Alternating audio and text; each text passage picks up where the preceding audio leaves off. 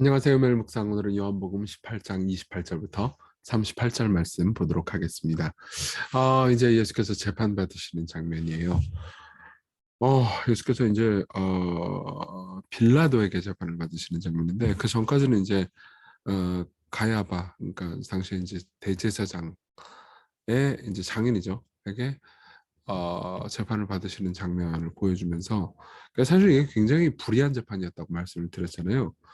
그러니까 이제 불의한 재판을 받으시는데 이번에는 이제 로마로 넘어갑니다. 로마로 넘어가서 로마의 총독이었던 빌라도에게 재판을 받는 장면입니다. 당시에 이스라엘은 로마의 속국이었거든요. 그러니까 결국은 로마의 판결을 받아야 되는데 그 장면을 오늘 보도록 하겠습니다.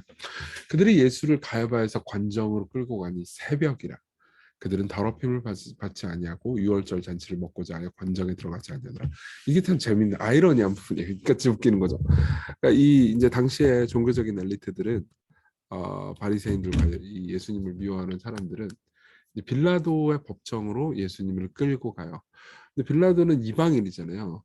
그러니까 이방인의 뜰 안으로는 안 들어가려고 합니다. 왜냐하면 당시에 이제 이방인들에게 접촉하거나 가까이 하면은 그들이 더러워진다고 생각을 했거든요. 그러니까 되게 웃기는 거죠. 그러니까 종교적인 깨끗함을 유지하기 위해서 노력하는 이 인간들이 예수님을 죽이려고 들고 있어요. 그러니까 자기들이 생각하는 조그마한 죄, 사실은 이건 결국 죄도 아닌데도 조그마한 죄를 안 지으려고 이렇게 노력하는 놈들이 하나님을 대적하는 이 거대한 죄는 그러니까 스스럼 없이 저지르고 있는 거죠. 근데 이제 왜 이들이 빌라도로 예수님을 끌고 왔냐? 당시에 사형은 로마의 제가가 없으면 안 됐어요. 결국 로마의 속국이라고 했잖아요. 그러니까 다른 형벌들 같은 경우에는 이스라엘의 종교 집단들이 어느 정도 내릴 수 있었지만 사형은 또 달랐거든요. 그래서 이제 빌라도가 밖으로 나가서 그들에게 말하되 너희가 무슨 일로 이 사람을 고발하느냐? 대답하여 이르되 이 사람의 행악자가 아니었다면 우리가 당신에게 넘기지 않냐했겠네. 이게 웃기는 게 무슨 말이냐면 보세요. 무슨 잘못을 했니 얘가? 그러면 무슨 잘못을 했습니다. 뭐 이러면 살인을 했습니다. 도둑질을 했습니다. 하면 되잖아요. 근데 행악자가 아니었으면 데리고 왔겠습니까? 무슨 말이에요? 얘는 죄인이니까 죄인이다. 이렇게 얘기하는 거죠. 그러니까 사실상 이 사람도 굉장히 악한 사람들인 게 그러니까 완전 인민재판인 거죠. 그러니까 우리가 죄인이라고 지정하면 죄인인 거지 이렇게 얘기를 하는 거예요. 그러니까 빌라도가 이르되 그럼 니네 법대로 유대 법대로 재판하든가라고 31절에 얘기합니다. 그러니까 유대인이 이르되 우리에게는 사람을 죽이는 권한이 없나이다. 없죠. 그리고 32절에 이는 예수께서 자기가 어떠한 죽음으로 죽을 것을 가르쳐 하신 말씀을 응하게 하라 하십니다. 실제로 예수께서는 자신이 죄 없이 이제 죽을 거라고 요한복음 12장에서 말씀하신 적이 있거든요. 그러니까 이제 이 그분이 불의한 재판에 의해서 죽을 것을 그분이 말씀하셨고 예수님이 그런 것이 성취되고 있는 중인 거죠. 그러니까 빌라도가 다시 관정에 들어가서 예수님을 신문합니다. 빌라도는 당시에 그러니까 유대의 사회적인 엘리트들하고 그러니까 충돌하지 않고 지내려고 하는 좀 평화주의자였어요. 그러다 보니까는 대충 말들을 다 좀 들어줬거든요. 그러니까 이제 일단 좀 맞춰준 겁니다. 그리고 자칫 잘못해가지고 유대에서 이제 밀란이 일어나거나 뭐 쿠데타가 일어나면 본인이 좀 골치 아프잖아요. 그러니까 이제 대충 알았다 그러면서 데리고 온 거죠 예수님을. 그래서 네가 유대인의 왕이냐라고 부릅니다. 그러니까 예수께서 대답하실 때 이는 네가 스스로 하는 말이냐 다른 사람이 나에게 대하여 한 말이냐. 예수님 왕이냐 왕이 맞죠. 근데 그러니까 이 당시의 유대인들은 그러니까 로마 정권을 전복하는 쿠데타 세력입니다. 예수가 이런 식으로 이제 어, 저기 재판에 넘겼거든요. 그러니까 예수께서 그러니까 사람들이 말하는 방식, 그러니까 내가 로마 정권을 전복하는 쿠데타 세력으로서의 왕은 아니라고 말씀하시는 거죠. 그래서 네가 스스로 하는 말이냐, 다른 사람이 내게 대해서 하는 말이냐 이렇게 물어보는 거예요. 그러니까 빌라도가 대답해, 네가 유대인이냐, 네 나라 사람들과 제사장이 너를 내게 넘겼으니 내가 무엇을 하였느냐라고 물어봅니다. 그러니까 빌라도 입장에서도 어이가 없는 거예요. 그러니까 왜 잡아왔니? 행악자가 아니면 안 잡아왔겠죠. 그래가지고 무슨 정치적인 세력인가 했더니 그런 것도 아니었던 거예요. 그러니까 예수께서 이제 이렇게 대답을 하십니다. 내 나라는 이 세상에 속한 것이 아니라 만일 내 나라가 이 세상에 속한 것이었다면 내 종들이 나를 싸워 유대인들에게 넘겨지지 않게 하였으리라. 이제 내 나라는 여기에 속한 것이 아니니라. 이게 무슨 말입니까? 그러니까 나는 지금 로마 정권을 전복하고 그런 게 아니다. 정치적인 메시아로, 정치적인 왕으로 속한 나라가 아니고 영적인 나라, 이 하나님 나라의 왕으로서 이 땅에 왔다. 이렇게 이야기를 하시는 거죠. 그러니까 빌라도가 뭐라네? 네가 왕이 아니냐? 그러니까 빌라도가 구테타 세력이구나라고 생각하는 문제는 이제 풀렸다라는 것을 예수님이 알게 된 거죠. 그러니까 예수께서 뭐라고 대답하시냐? 네 말과 같이 내가 왕이긴 왕이다. 내가 이를 위해 태어났으며 이를 위하여 세상에 왔나니 곧 진리에 대해서 증언하려 함이로라. 무릇 진리에 속한 자는 내 음성을 듣느니라 하신대. 그러니까 무슨 말입니까? 왕은 왕인데 나는 진리의 왕이다. 진리를 전하기 위해서 온 하나님 나라의 왕이다. 이렇게 이야기를 하는 거죠. 그러니까 빌라도가 이르되 진리가 뭐냐? 이렇게 얘기합니다. 그러니까 이거 궁금해서 물어본 게 아니에요. 진리가 밥 먹여주냐? 이렇게 이야기를 하는 거죠. 그러니까 빌라도는 이때 확신을 했을 겁니다. 이 무슨 죄인이 아니구나. 그냥 무슨 종교적인 지들끼리의 문제가 있구나 이런 생각을 했죠. 그래서 다시 유대인들에게 나가서 이르되 나는 그에게서 아무 죄도 찾지 못하였노라. 이렇게 이야기를 합니다. 자, 이 장면을 통해서 우리가 볼 수 있는 게 되게 많은데요. 한 두 가지 정도만 얘기를 해보겠습니다. 첫 번째, 우리 죄를 보는 겁니다. 이 지금 바리새인들과 종교적인 엘리트들을 보십시오. 자신의 정결을 지키고 싶어는 해요. 그렇죠? 그래가지고 빌라도의 뜰로 들어가지는 않습니다. 그렇지만 하나님의 말씀을 따르고 싶어하지 않아요. 하나님을 대적합니다. 그러니까 우리도 종종 이럴 때가 있어요. 예배는 철저하게 잘 지키지만 하나님 뜻대로는 잘 안 살거나, 내가 뭐 11조는 하고 있으니까는 뭐 다른 뭐 문제들은 하나님께 순종하지 원수를 사랑하지 않는다 이런 것들은 순종하지 않아도 된다고 생각하거나, 혹은 뭐 반대도 있죠. 내가 사람들을 잘 섬기고 사랑하잖아. 그러니까 주일 성수 같은 건 중요한 게 아니야. 이거는 굉장히, 그러니까 자기만의 율법을 만들어내는 모습이거든요. 근데 웃기는 게 뭐냐면 종교인들은 예수님을 까닭없이 미워하죠. 저 사람이 행악자가 아니었으면 내가 왜 데리고 왔겠습니까? 죄인이니까 죄인이다 이렇게 얘기하는 거죠. 빌라도는 무심해요. 진리가 밥 먹여주냐? 이렇게 얘기를 해요. 그럼 우리는 보통 둘 중에 하나의 모습으로 살아갑니다. 우리는 종교인들처럼 그냥 까닭없이, 그러니까 하나님 뜻대로 안 살아가고 뭐 분노하거나, 아니면 뭐 하나님이 뭐라고 말씀하시는 그딴 거 중요하지 않고 내 멋대로 살겠다 이런 식으로 생각하는 경우가 많죠. 우리 둘 다 잘못된 방식입니다. 그리고 예수님은요, 그러한 우리를 위해서 십자가에 못 박혀 죽으셨죠. 두 번째로 이런 걸 좀 한번 생각해 볼 수 있을 것 같습니다. 이 예수께서 이제 마지막에 자신이 왕이라고 말씀하신단 말이에요. 그렇죠? 예수께서 대답하실 때 네 말과 같이 내가 왕이니라 이렇게 말씀하시잖아요. 그렇죠? 근데 고대 근동에서 왕은 입법, 사법, 행정의 모든 권한을 가진 존재였어요. 그 중에서 가장 강력한 권한은 사법이었는데 그 재판을 할 수 있는 권한인 거죠. 그러니까 예수께서는 뭐라고요? 내가 진리를 위해서 왔다 이렇게 말씀하시잖아요. 그러니까 내가 진리의 왕이다. 올바른 방식으로 진리로 세상을 재판하러 왔다라고 말씀하신단 말이에요. 당시의 왕들은 진리에 입각한, 올바름에 입각한 방식이 아니고 지 멋대로 재판을 판단하거나 편결한 적이 많았습니다.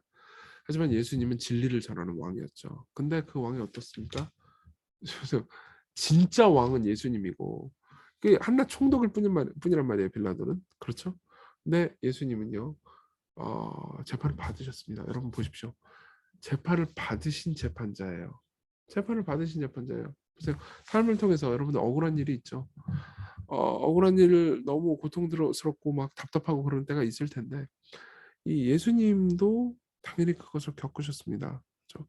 그분은 심지어 왕인데도 모든 걸 다스리는 왕이시고, 진짜 그분의 말만 따라 보세요. 저기 내 종들이 만일 진짜 이 예수님의 나라가 그분이 원하시기만 했다면 내 종들, 그러니까 천사들이죠. 천사들이 다 유대인들 죽여버릴 수 있었습니다. 그렇지만 예수님은 그냥 아무 이 저항도 없이 잠잠하게 재판을 받으시죠. 왜요? 우리를 구원하시기 위해서요. 자, 이걸 좀 깊이 생각해 보면서 우리 같이 기도를 했으면 좋겠습니다. 그분이 억울함을 겪으셨어요. 예. 어제도 우리 똑같은 제목으로 기도를 했는데, 우리 삶의 고통을 아시는 분, 우리 억울함을 아시는 재판받으신 주님, 당신이 우리의 삶을 돌보아 주시고 우리를 고통에서 꺼내달라고. 그리고 또 하나는 우리가 진리에 대해서 무관심하지 않게 해달라고. 우리는 종종 먹고 사는 게 중요하지 뭐 진리가 뭐가 중요해 이런 식으로 생각할 때가 많잖아요. 네, 오히려 진리를 사랑하고 진리를 기뻐하며 따를 수 있게 해달라고, 왕이신 예수님을 우리가 기뻐할 수 있게 해달라고 같이 우리 간절히 기도합시다.